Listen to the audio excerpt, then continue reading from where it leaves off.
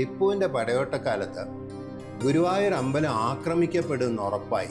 അപ്പോൾ സാമൂതിരി തിരുവിതാംകൂർ രാജാവിനോട് അഭ്യർത്ഥിച്ചു ഈ ഗുരുവായൂരപ്പൻ്റെ ഒറിജിനൽ വിഗ്രഹവും തിരുവാഭരണങ്ങളും ഒന്ന് സംരക്ഷിക്കണം എന്ന് പറഞ്ഞ് ഇങ്ങോട്ട് കൊടുത്തയച്ചു. രാജാവ് പറഞ്ഞു അങ്ങനെയാണെങ്കിൽ ഗുരുവായൂരപ്പൻ്റെ വിഗ്രഹം അമ്പലപ്പുഴയിൽ പ്രതിഷ്ഠിക്കാം. മാവേലി കഥയിലൊരു ശ്രീ ഗുരുവായൂരപ്പനം അറിയേണ്ട വിശേഷങ്ങൾ.